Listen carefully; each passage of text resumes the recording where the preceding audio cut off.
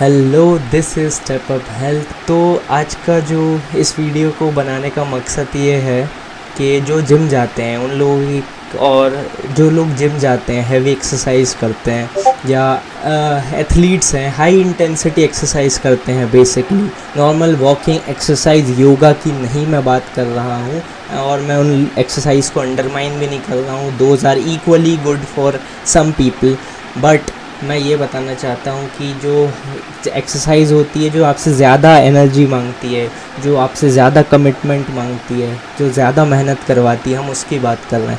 तो मैंने भी अभी वैक्सीन लगाई थी, मुझे हो चुके हैं 6 दिन वैक्सीन लगाए हुए। कोविशील्ड जो है मुझे लगी थी, और उसके बाद जो हुआ ये कि एक दिन तो मुझे साइड इफ़ेक्ट्स आ गए थे, बहुत ज़्यादा फ़ीवर वगैरह हो गया था, और फ़ीवर जब उतर जाने के बाद भी थोड़ी सी बॉडी में कमज़ोरी रह गई थी।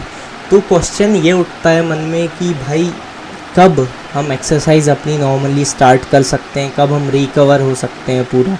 तो ये है जो बात है वो इंडिविजुअल पे डिपेंड करती है, आपका खुद का एक्सपीरियंस, सब्जेक्टिव एक्सपीरियंस है ये।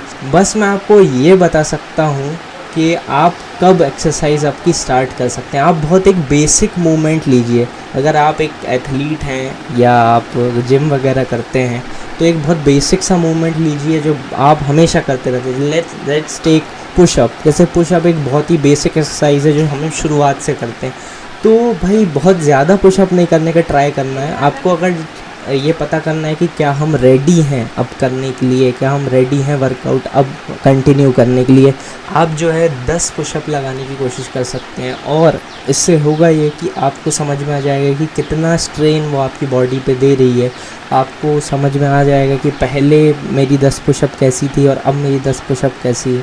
तो एक जो डेविएशन है दोनों के बीच में वो आप समझ सकते हैं, और आपकी बॉडी है तो ऑब्वियसली आप समझ जाएंगे कि भाई अभी मुझे ज़्यादा प्रॉब्लम हो रही है। वही 10 पुशअप लगाने में मैं वो आसानी से लगा लेती थी।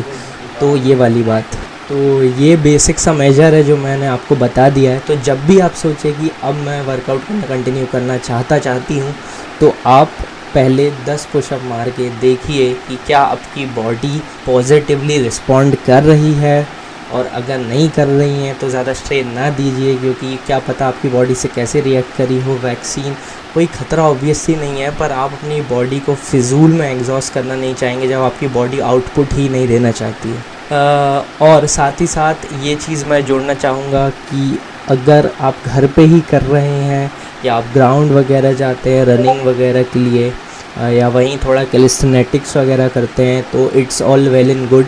बट अगर आप सोच रहे हैं कि एक बार जो गाइडलाइंस है, कोरोना गाइडलाइंस है, वो थोड़ी लैक्स हो सरकार की तरफ से, तो आप वापस जिम चले जाएं।